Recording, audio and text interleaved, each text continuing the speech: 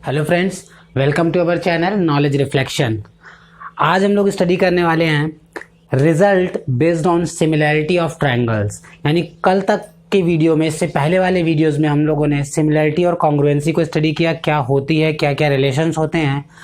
आज के इस वीडियो में हम लोग स्टडी करने वाले हैं उन पर बेस्ड कुछ रिजल्ट्स जिनसे आपसे क्वेश्चंस पूछे जाते हैं, और अगर आपको वो रिजल्ट्स याद रहते हैं तो आप विद इन सेकेंड्स उस क्वेश्चन का आंसर दे सकते हैं, जो कि बहुत ज़रूरी होता है टाइम सेविंग के लिए, इवन बहुत जल्दी सॉल्व करने के लिए। और बहुत सी चीज़ें ऐसी होती हैं जो आपके ट्रायंगल और पैरेललोग्राम या ट्रेपेजियम के साथ रिलेशन को रिप्रेजेंट करती हैं। तो आज हम एक एक करके स्टडी करेंगे उन्हीं सभी चीज़ों को, इसलिए वीडियो को लास्ट तक देखिएगा, हर एक रिजल्ट को अच्छे से समझिएगा। और जिन लोगों ने अभी तक हमारे चैनल को अभी तक सब्सक्राइब नहीं किया है वो इस चैनल को सब्सक्राइब ज़रूर कर लें, उसके साथ बेल आइकन को ज़रूर दबा लें ताकि अगले वीडियो की नोटिफिकेशन आपके पास जल्द से जल्द पहुंचे। तो आइए हम लोग शुरू करते हैं results based on similarity triangles.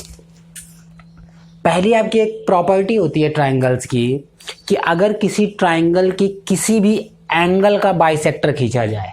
अब किसी भी एंगल का बाइसेक्टर, देखिए यहाँ पर मैंने दो डायग्राम बना रखे हैं, एक पहला और ये दूसरा। किसी भी एंगल का जो बाइसेक्टर है वो दो तरीके से खींचा जा सकता है, एक इंटरनल बाइसेक्टर हो सकता है और एक एक्सटर्नल बाइसेक्टर हो सकता है। जैसे अगर हम बात करें फिगर 1 की, तो फिगर 1 में ABC आपका एक ट्रायंगल है और जिसमें ये जो AD लाइन हमने खींची हुई है ये आपका एक इंटरनल बाइसेक्टर है। क्या है? AD आपका क्या है? इंटरनल बाइसेक्टर है एंगल A का। यानी AD जो रेखा है वो एंगल A को दो बराबर भागों में डिवाइड कर रही है, एंगल A को दो बराबर पार्ट में डिवाइड कर दे रही है, बाइसेक्ट कर दे रही है। अब क्योंकि जब हम AD लाइन को खींचेंगे तो ये सामने वाली लाइन का मतलब BC को किसी एक बिंदु पर जाकर के इंटरसेक्ट करेगी, BD।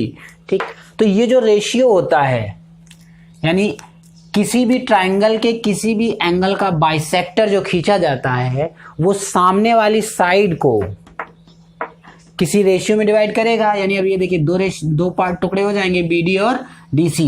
तो इनका जो रेशियो होता है, BD और DC का रेशियो जो होता है, ये जो जिस एंगल का बाइसेक्ट किया गया है एंगल A, उस एंगल को बनाने वाली साइड्स। अब एंगल A कौन कौन सी साइड से मिलकर के बन रहा है? AB और AC। ये देखिए एंगल A जो बन रहा है वो किन दो साइड से मिलकर बन रहा है? AB और AC। तो ये जो BD अपॉन DC होता है, यानी जो जिस लाइन को बाइसेक्ट करते हैं उनका जो रेशियो होता है वो साइड कंटेनिंग द एंगल्स, यानी जिन साइड से आपका एंगल मिलकर के बना है उनके रेशियो के बराबर होता है। It means BD upon DC जो होगा। अब देखिए जब हम BD लेंगे तो B की तरफ वाला जो एंगल वाली साइड होगी यानी AB लेंगे, और जब हम DC लेंगे तो C की तरफ वाली साइड कौन सी लेंगे? AC लेंगे। तो BD अपॉन DC बराबर क्या हो जाएगा आपका? AB upon AC। अब आपके एग्जाम में जो क्वेश्चंस पूछे जाते हैं वो कुछ इस तरीके से पूछे जाते हैं, जैसे यहाँ पर दे देगा कि ये आपकी 6 सेंटीमीटर है, ये 4 सेंटीमीटर है, ये 3 सेंटीमीटर है, तो इसकी माप बताइए, है ना। या हो सकता है आपको ये पूरी वैल्यू दे दे और आप उसकी वैल्यू निकालिए, तो आप यहाँ पर वैल्यू पुट कर दीजिए, आपका आंसर आ जाएगा। इस तरीके के क्वेश्चंस आपसे पूछे जाते हैं इन पर रिलेटेड। दूसरा हमने आपको बताया कि जो एंगल बाइसेक्टर है वो दो तरीके से खींच सकते हैं, पहला होता है इंटरनल और दूसरा होता है एक्सटर्नल। ठीक, तो एक्सटर्नल, सबसे पहले हम बात करते हैं कि एक्सटर्नल एंगल। तो एक्सटर्नल एंगल हम आपको बता चुके हैं। एक्सटर्नल एंगल क्या होता है? जब भी हम किसी भी ट्रायंगल की किसी साइड को बढ़ा देते हैं तो जो एंगल बनता है वही आपका क्या कहलाता है? एक्सटर्नल एंगल कहलाता है। जैसे ये अगर हम ABC की बात करें तो ये जो आपका एंगल है ये इंटरनल एंगल है, और ये जो बाहर की ओर खिंचा हुआ है, जब हमने इसको AC को ऐसे बढ़ा दिया यहाँ तक X तक, तो ये जो आपका एंगल बना ये आपका एंगल कौन सा है? एक्सटीरियर एंगल है। अब एक्सटीरियर एंगल का बाइसेक्टर हमने खींचा है,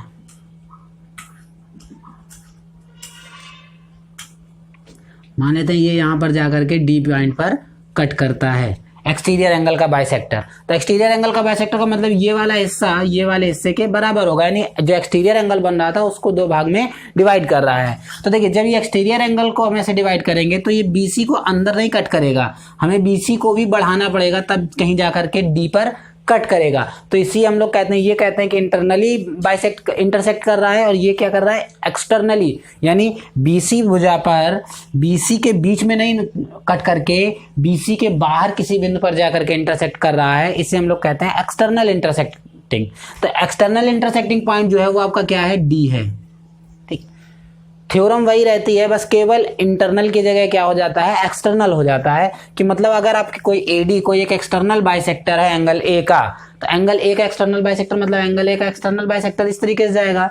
तो क्या होगा, अब देखिए, अब जो रेशियो आएगा वो क्या आएगा, BD, B से D और ये CD, BD upon CD, BD upon CD, B से D तक की डिस्टेंस और C से D तक की डिस्टेंस, BD और CD का जो रेशियो होगा वो side containing the angle, side containing the angle कौन कौन सी हैं, AB और AC, वही होगा BD अपॉन CD बराबर AB अपॉन AC। ये आपका एक्सटर्नल एंगल बाइसेक्टर के रूप में होता है, और ये आपका इंटरनल एंगल बाइसेक्टर के रूप में होता है। चीजें बस केवल डिफरेंस क्या होता है कि एक्सटर्नली जब बाइसेक्ट करेगा तो D पॉइंट जो होगा वो BC के बाहर स्थित होगा, जब इंटरनली बाइसेक्ट करेगा तो D पॉइंट जो होगा वो B और C के बीच में लाई करेगा। तो जब हम लोग डिस्टेंस लेंगे, पहले B से D तक की, दूसरी C से D तक की, तो BD अपॉन CD जो होगा वो AB अपॉन AC के बराबर होगा। ठीक है, नेक्स्ट आपका एक जो टॉपिक होता है या जो रिजल्ट होता है वो बेस्ड होता है डायगोनल्स ऑफ ट्रेपेजियम। अब हम बात करते हैं पहले ट्रेपेजियम क्या होता है, ट्रेपेजियम की विशेषताएं क्या होती हैं, क्या प्रॉपर्टीज होती हैं। तो याद रखिएगा, ट्रेपेजियम आपका एक ऐसा क्वाड्रिलेटरल होता है जिसकी दो साइड्स पैरेलल होती हैं, और दो साइड जो होती हैं वो नॉन पैरेलल होती हैं, यानी पैरेलल हो भी सकती हैं, नहीं भी हो सकती हैं। ठीक है ना। तो हम लोग केवल एक बेसिक प्रॉपर्टी होती है कि जो आपका ट्रेपेजियम होता है उसकी दो साइड्स आपकी हमेशा पैरेलल होती हैं, वो आपका क्या कहलाता है, ट्रेपेजियम कहलाता है। ठीक, अब हम लोग यहाँ पर जो रिजल्ट पढ़ने वाले हैं बेस्ड ऑन सिमिलैरिटी, है ना, तो यहाँ पर हम लोग क्या पढ़ते हैं कि इनके जो डायगोनल्स होते हैं वो एक दूसरे को सेम प्रोपोर्शन में डिवाइड करते हैं। जो डायगोनल्स होते हैं, डायगोनल्स इंटरसेक्ट प्रोपोर्शनली, तो यहाँ पर आपका एक रिलेशन जो आता है वो ये आता है। देखिए प्रोपोर्शनली क्यों आपके होते हैं वो उसको अगर समझना चाहें तो देखिएगा, ये आपका एक ट्रायंगल बन रहा है OAB, ये O है OAB, और एक ये है OCD। ये जो एंगल होगा वो इस एंगल के बराबर होगा। क्यों? क्योंकि देखिए ये दोनों पैरेलल लाइन है और ये डायगोनल इसे ऐसे कट करेगा, तो ये आपका एक Z के रूप में बनेगा, मतलब ये अल्टरनेट एंगल होंगे। ये एंगल इस एंगल के बराबर होगा, ये वाला जो एंगल होगा वो इस एंगल के बराबर होगा, और ये वाला एंगल इस एंगल के बराबर होगा। कहने का मतलब हुआ कि अगर तीनों एंगल बराबर हो गए तो ये दोनों ट्रायंगल जो बनेंगे ये आपके सिमिलर ट्रायंगल बनेंगे, यानी ट्रायंगल AOB जो होगा ये आपका सिमिलर ट्रायंगल होगा COD। और अगर सिमिलर ट्रायंगल होता है तो सिमिलर ट्रायंगल की जो करस्पॉन्डिंग साइड्स होती हैं वो प्रोपोर्शनल होती हैं, तो इसका मतलब हो जाएगा AO। अगर हम साइड AO लेंगे तो AO का करस्पॉन्डिंग साइड क्या है, OC बराबर, अगर हम OB लेंगे तो ये आपका आएगा क्या, OD। और इसको अगर हम OB को इधर ले आए और OC को उधर ले जाएं तो हमारा सबसे आसान रिलेशन हो जाता है OA अपॉन OB बराबर OC अपॉन OD। तो चाहे आप इस क्रम में याद कर लीजिए चाहे इस क्रम में याद कर लीजिए, दोनों ही रिजल्ट्स आपके सेम होते हैं, आंसर सेम आता है। तो याद रखिएगा कि जो ट्रेपेजियम होता है, ट्रेपेजियम के जो डायगोनल्स होते हैं वो आपके प्रोपोर्शनल होते हैं, यानी वो एक दूसरे को सेम रेशियो में डिवाइड करते हैं।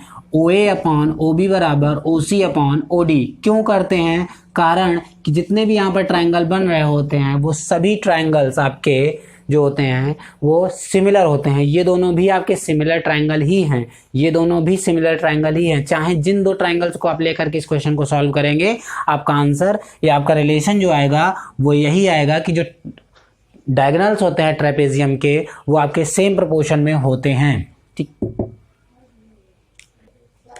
देखिए अब नेक्स्ट हम जो रिजल्ट पढ़ने वाले हैं, दो सिमिलर ट्रायंगल अगर आपको गिवन है, दो सिमिलर ट्रायंगल्स अगर आपको गिवन है तो उनके बीच में कैसे कैसे रिलेशंस होते हैं उनको हम लोग स्टडी करेंगे। जैसे हमने यहाँ पर दो ट्रायंगल ड्रॉ किए हुए हैं, एक ट्रायंगल ABC है और एक ट्रायंगल PQR है। अगर आपसे क्वेश्चन में कह दिया जाए कि दोनों ट्रायंगल्स आपके सिमिलर हैं, अगर सिमिलर होंगे तो इसका मतलब ये होगा कि एंगल A जो होगा वो P के बराबर होगा, एंगल B जो होगा वो एंगल Q के बराबर होगा, और एंगल जो C होगा वो एंगल आर के बराबर होगा, है ना। यानी सिमिलर ट्रायंगल्स के सभी एंगल्स आपस में क्या होते हैं, बराबर होते हैं। अब पहली रिलेशन आपकी जो आती है, कंडीशन जो होती है, ये हम कल भी आपको पढ़ा चुके हैं कि जो करस्पॉन्डिंग साइड्स होती हैं, करस्पॉन्डिंग साइड्स का रेशियो हमेशा क्या होता है, सेम होता है। यानी A B upon P Q is equal to B C upon Q R is equal to A C upon P R. ये हम लोगों को पहले से पता है, ये हम लोग कल के वीडियो में स्टडी कर चुके हैं क्यों होता है, ठीक। यानी जो सिमिलर ट्रायंगल्स होते हैं उनकी करस्पॉन्डिंग साइड्स जो होती हैं वो प्रोपोर्शनल होती हैं। आज हम लोग पढ़ने वाले हैं इनके अलावा। अब चूंकि ट्रायंगल्स में इन साइड्स के अलावा और भी चीजें होती हैं, जैसे मीडियन होती है, हाइट होती है, या इसी को कभी कभी एल्टीट्यूड लिखा होता है। तो मीडियन के बीच में रिलेशन क्या होता है, तो याद रखिएगा जो साइड्स का रेशियो होता है, जैसे साइड्स का रेशियो सेम होता है, सेम उसी तरीके से मीडियंस का। जैसे अगर हम कहें कि ये मान लेते हैं ये मीडियन M1 ट्रायंगल ABC की मीडियन है और M2 ट्रायंगल PQR की मीडियन है। यानी दो ट्रायंगल हैं ABC जो कि सिमिलर हैं और उनकी ट्रायंगल दिया गया है, तो आपकी कंडीशन होगी कि जो साइड्स का रेशियो होता है, यानी A B upon P Q बराबर B C upon Q R बराबर A C upon P R, जो साइड्स का रेशियो होता है सेम वही रेशियो आपके मीडियंस का भी होता है, M1 अपॉन M2। यानी साइड्स का रेशियो और उनके करस्पॉन्डिंग मीडियंस का रेशियो, करस्पॉन्डिंग जरूर याद रखिएगा। अगर हमने A से डाली वाली मीडियन निकाली है तो यहाँ पर भी A के करस्पॉन्डिंग P से डाली जाने वाली मीडियन ही बात करेंगे। अगर हम B से जाने वाली मीडियन यहाँ से ऐसे लेंगे तो यहाँ पर फिर हम Q से जाने वाली मीडियन का रेशियो लेंगे। करस्पॉन्डिंग वर्ड जरूर याद रखिएगा, जिस पॉइंट से हम मीडियन डाल रहे हैं उसी के करस्पॉन्डिंग पॉइंट से मीडियन की बात की जाएगी। अगर हम मान लीजिए क्या कहते हैं, अगर बी पॉइंट से हम मीडियन कोई डालते हैं इस तरीके से ऐसे, तो बी का करस्पॉन्डिंग क्या है, क्यू, क्योंकि बी एंगल किसके बराबर है, क्यू। तो हम लोग क्या लेंगे, बी से जाने वाली मीडियन लेंगे, तब उनका रेशियो जो होगा वो आपका क्या आएगा, सेम आएगा। इसीलिए कभी जब भी हम लोग इस सेंटेंस को लिखते हैं या याद रखते हैं तो याद रखिएगा करस्पॉन्डिंग वर्ड जरूर याद रखते हैं कि जो आपकी साइड्स का रेशियो होता है करस्पॉन्डिंग साइड्स का, वही करस्पॉन्डिंग मीडियंस का भी रेशियो होता है। और सेम यही रिलेशन जो होता है वो करस्पॉन्डिंग हाइट में भी होता है। A B upon P Q बराबर B C upon Q R बराबर A C upon P R is equal to H1 upon H2। अब हम H1 H2 क्या मानते हैं, मान लेते हैं कि हमने जो ये A से इस पर परपेंडिकुलर डाला है, ये आपका H1 है, क्या है, H1 है, और जो हमने P से इस पर परपेंडिकुलर डाला है ये आपका क्या है, H2 है, ठीक। क्योंकि हाइट जो होती है वो क्या होती है, एल्टीट्यूड क्या होता है, किस त्रिभुज के किसी भी शीर्ष से सम्मुख भुजा पर जो हम लंब डालते हैं उसकी जो लंबाई होती है वही आपकी हाइट या एल्टीट्यूड कहलाती है। और मीडियन जो होती है वो क्या होती है, जो सामने वाली साइड को, किसी भी शीर्ष से खींची गई ऐसी रेखा जो सामने वाली साइड को बाइसेक्ट कर दे, दो बराबर पार्ट में डिवाइड कर दे, वो आपकी क्या कहलाती है, मीडियन कहलाती है। तो यहाँ ध्यान रखिएगा, अगर हम हाइट बेस BC के रिस्पेक्ट में ले रहे हैं H1, तो यहाँ पर हाइट हमें BC के करस्पॉन्डिंग साइड कौन सी है आपकी, QR। तो हाइट भी हमें किसके करस्पॉन्डिंग लेनी होगी, QR के करस्पॉन्डिंग लेनी होगी। तो इसलिए जो आपका रेशियो होता है AB अपॉन PQ बराबर BC अपॉन QR बराबर AC अपॉन PR, ये तो करस्पॉन्डिंग साइड्स का रेशियो है। और जो करस्पॉन्डिंग साइड्स का रेशियो होता है वही उनकी करस्पॉन्डिंग हाइट्स का रेशियो होता है, वही उनके करस्पॉन्डिंग मीडियंस का रेशियो होता है। ये दोनों चीजें आपस में बराबर होती हैं। हम इसको एक लाइन में भी लिख सकते हैं, इज इक्वल टू, इसी में लिख दें H1 अपॉन H2, तो हमें दूसरी लाइन याद करने की जरूरत नहीं पड़ेगी, हम एक ही लाइन में याद कर लेंगे। जो साइड्स का रेशियो AB अपॉन PQ बराबर BC अपॉन QR बराबर AC अपॉन PR, वही मीडियंस का रेशियो M1 अपॉन M2। याद रखिएगा, करस्पॉन्डिंग वर्ड जरूर याद रखिएगा, करस्पॉन्डिंग मीडियंस का ratio is equal to corresponding heights का रेशियो H1 अपॉन H2। ये आपका साइड्स और मीडियंस और हाइट, इन सब का आपस के बीच का रिलेशन होता है।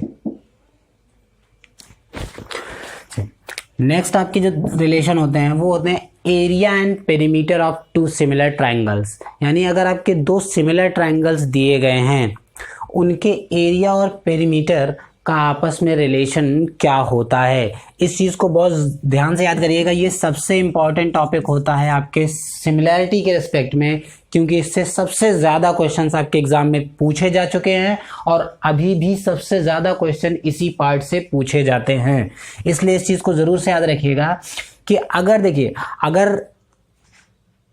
अगर आपके दो ट्राइंगल ए बी सी और पी क्यू आर गिवन हैं और क्वेश्चन में कहा गया है कि वो दोनों ट्राइंगल जो हैं वो आपके क्या हैं, सिमिलर ट्राइंगल हैं। अब सिमिलर का मतलब समझ गए, सभी एंगल्स बराबर होंगे और साइड्स जो होंगी वो प्रोपोर्शनल होंगी। साइड प्रोपोर्शनल मतलब A B upon P Q बराबर B C upon Q R बराबर A C upon P R. Sides का रेशियो जो होगा वो क्या होगा, प्रोपोर्शनल होगा, यानी साइड्स आपकी हमेशा प्रोपोर्शनल होती हैं। ये सिमिलैरिटी की पहली कंडीशन होती है।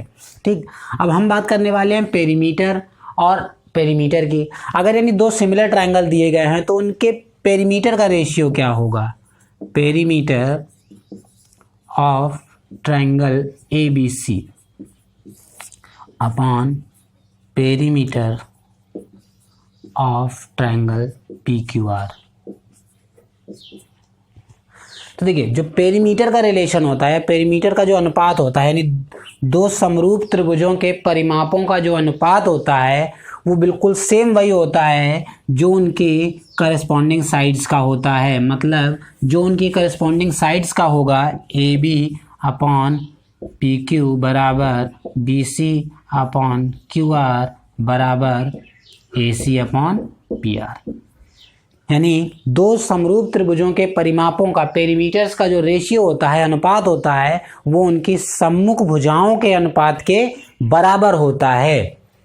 अगर किसी प्रश्न में आपको मान लीजिए सम्मुख भुजाएं ना दी गई हों, सम्मुख भुजाएं ना दे करके आपसे केवल मीडियन दिया गया हो, perimeter of triangle A B C upon perimeter of triangle P Q R, यानी मान लीजिए आपको साइड्स ना दी गई हो, साइड्स के स्थान पर केवल आपको क्या दिया गया हो, या तो मीडियन दी गई हो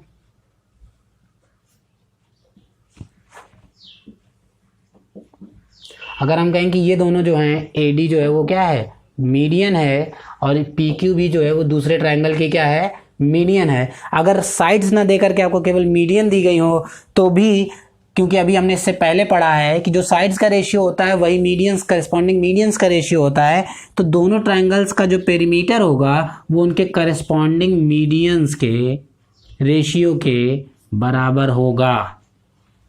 और अगर मीडियन ना दे करके आपको हाइट दिया गया हो, इसको मान लेते हैं ये m1 है, मीडियन समझिएगा, m2 है ना, और अगर हाइट दी गई हो तो हाइट के टर्म्स में भी रिलेशन वही होता है जो मीडियन के टर्म्स में होता है, क्योंकि जो मीडियंस का रेशियो होता है वही करस्पॉन्डिंग हाइट्स का रेशियो होता है दो सिमिलर ट्राइंगल्स के बीच में।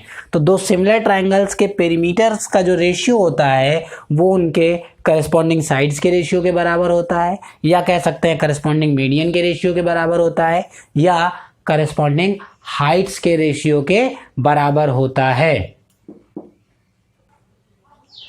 पेरीमीटर के बाद आते हैं एरिया, यानी क्षेत्रफल, यानी दो समरूप त्रिभुजों के क्षेत्रफलों में आपस में क्या संबंध होता है, क्षेत्रफलों का अनुपात किस तरीके का होता है, इसको हम लोग स्टडी करते हैं। तो देखिए क्षेत्रफलों का अनुपात जो होता है, area of triangle A B C upon area of triangle P Q R, यानी क्षेत्रफलों का जो अनुपात होता है वो उनकी भुजाओं के अनुपात, यानी सापेक्ष भुजाएं, करस्पॉन्डिंग साइड्स, ए बी के सापेक्ष क्या होगा आपका पी क्यू, भुजाओं के वर्गों के अनुपात के बराबर होता है, यानी A B upon P Q बराबर B C upon Q R का स्क्वायर बराबर A C upon P R का स्क्वायर।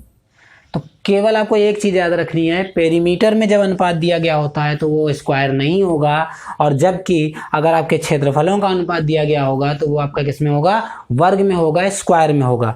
अगर यहाँ पर भुजाओं का ना दे करके आपको मीडियन दी गई हो, जैसे यहाँ पर दी गई है A D upon P M, तो ये मध्यिकाओं के भी वर्गों के स्क्वायर है ना, वर्गों के अनुपात के बराबर होता है, या हाइट h1 अपॉन h2, के वर्ग के बराबर होता है। कहने का मतलब होता है कि अगर आपके दो समरूप त्रिभुज दिए गए हैं तो उनके जो क्षेत्रफलों का अनुपात होता है वो उनकी सम्मुख भुजाओं के वर्गों के अनुपात के बराबर होता है या उनकी सापेक्ष माध्यिकाओं के वर्गों के अनुपात के बराबर होता है या सापेक्ष ऊंचाइयों के वर्गों के अनुपात के बराबर होता है। केवल परिमाप और क्षेत्रफल में स्क्वायर का अंतर आता है। परिमाप कहा जाएगा तो आपको ये स्क्वायर हटा देना है, सब में से सबका अनुपात बराबर आ जाएगा।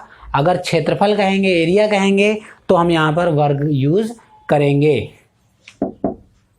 नेक्स्ट रिलेशन जो आपका होता है, जैसे अगर हम कहें कि हमने एक ट्रायंगल ABC और PQR लिया जो कि सिमिलर हैं, है ना। ABC और PQR आपके क्या है, सिमिलर हैं। अगर ABC के एंगल A का बाइसेक्टर, एंगल A का बाइसेक्टर क्या खींचा है हमने, AX खींचा है, और एंगल P का बाइसेक्टर हमने PY खींचा है। AX और PY जो हैं ये करस्पॉन्डिंग एंगल बाइसेक्टर हैं, दो समरूप त्रिभुजों के, दो सिमिलर ट्रायंगल्स के सापेक्ष कोणों का बाइसेक्टर जो है वो AX और PY है। तब इनके क्षेत्रफल, area of triangle ABC upon area of triangle PQR, इनका जो संबंध होता है वो क्या होता है, सेम वही होता है AX अपॉन PY। बस इसका क्या करेंगे, ये क्षेत्रफल है तो इसका क्या कर देंगे, वर्ग कर देंगे। यानी किसी भी दो समरूप त्रिभुजों के क्षेत्रफलों का अनुपात उनके सापेक्ष कोणों के बाइसेक्टर्स AX और PY इनके वर्गों के अनुपात के बराबर होता है। ठीक, और एक सबसे इंपॉर्टेंट लास्ट पॉइंट जो आपके इस वीडियो का सबसे लास्ट पॉइंट है और सबसे इंपॉर्टेंट है, अगर मान लीजिए आपसे कह दिया जाए कि दो सिमिलर ट्रायंगल हैं, two similar triangles of equal area, यानी दो समरूप त्रिभुज जिनका क्षेत्रफल समान है। तो अगर आपसे पूछा जाए अगर दो समरूप त्रिभुजों का क्षेत्रफल समान हो जाए तो क्या होगा, अगर दो समरूप त्रिभुज हैं और उनका क्षेत्रफल समान हो जाएगा तो ध्यान रखिएगा वो त्रिभुज समरूप होने के साथ साथ क्या हो जाएंगे, कॉन्ग्रुएंट हो जाएंगे। क्या हो जाएंगे, कॉन्ग्रुएंट हो जाएंगे। क्यों कॉन्ग्रुएंट हो जाएंगे, अब इसको समझिएगा। जैसे अगर हम कहें कि दो ट्रायंगल्स हैं उनका क्षेत्रफल समान है, यही इसी को ले लेते हैं कि इनका क्षेत्रफल आपका दिया गया है कि क्षेत्रफल जो है ABC का क्षेत्रफल PQ के क्षेत्रफल के बराबर है, AR मतलब एरिया लिखा हुआ है ना। और एरिया क्या होता है, करस्पॉन्डिंग साइड्स के रेशियो के बराबर होता है। AB बटे PQ का स्क्वायर बराबर BC बटे QR का स्क्वायर बराबर AC बटे PR का स्क्वायर। अगर ये क्षेत्रफल बराबर हो जाएगा तो ये वैल्यू इससे कैंसिल हो जाएगी, यहाँ पर कितना आएगा, 1। अब अगर इनका अनुपात 1 आ रहा है तो इसका मतलब है कि AB भुजा किसके बराबर होगी, PQ के, BC भुजा किसके बराबर होगी, QR के, और AC भुजा किसके बराबर होगी, PR के। यानी तीनों भुजाएं आपस में सापेक्ष भुजाएं तीनों जो होंगी वो क्या हो जाएंगी, बराबर हो जाएंगी। और अगर तीनों भुजाएं सापेक्ष बराबर हो जाएंगी तो इसका मतलब हो जाएगा कि ABC जो है वो सर्वांगसम हो जाएगा त्रिभुज PQR के। तो इसका मतलब कि अगर दो समरूप त्रिभुजों का क्षेत्रफल बराबर हो जाए तो इसका मतलब है कि वो दोनों त्रिभुज समरूप होने के साथ साथ सर्वांगसम भी हो जाएंगे, यानी सिमिलर होने के साथ साथ कॉन्ग्रुएंट भी हो जाएंगे।